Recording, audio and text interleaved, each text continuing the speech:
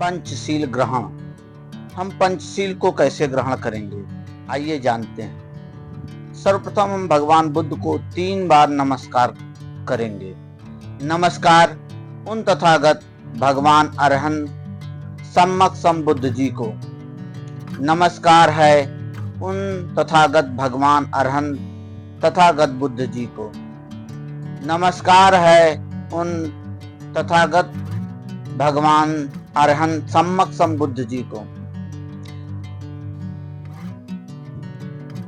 बुद्धं शरणं गच्छामि, धम्मं शरणं गच्छामि, संघं शरणं गच्छामि। अर्थात मैं बुद्ध की शरण में जाता हूँ, मैं धम्म की शरण में जाता हूँ, मैं संघ की शरण में जाता हूँ।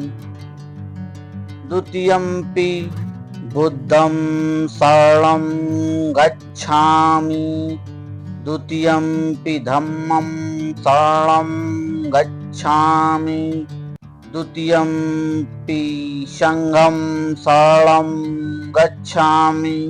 अर्थात दूसरी बार हम बुद्ध की शरण में जाता हूँ, दूसरी बार हम धम्म की शरण में जाता हूँ, दूसरी बार भी मैं संघ की शरण में जाता हूँ।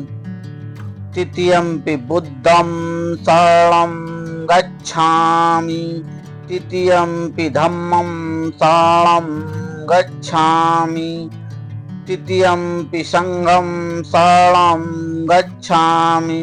अर्थात तीसरी बार भी मैं बुद्ध की शरण में जाता हूँ, तीसरी बार भी मैं धम्म की शरण में जाता हूँ, तीसरी बार भी मैं संघ की शरण में जाता हूँ।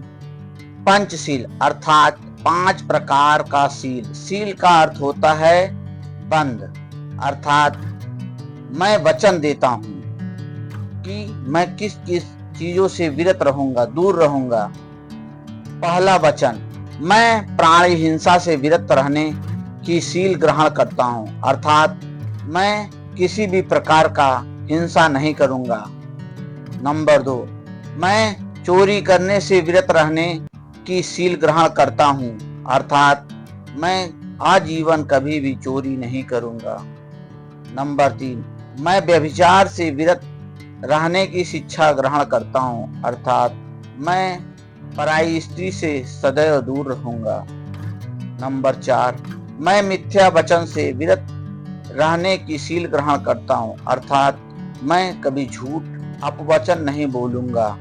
नंबर 5, मैं शराब और मादक पदार्थ के सेवन करने से विरत रहने की शील ग्रहण करता हूँ। अर्थात मैं किसी भी प्रकार का आजीवन मदिरापान नहीं करूंगा, मादक द्रव्यों का सेवन नहीं करूंगा। यही है भगवान बुद्ध के पंचशील, अर्थात 5 प्रकार का आवरण जो आपको हमेशा जीवन भर बुराइयों से बचा कर रहेगा।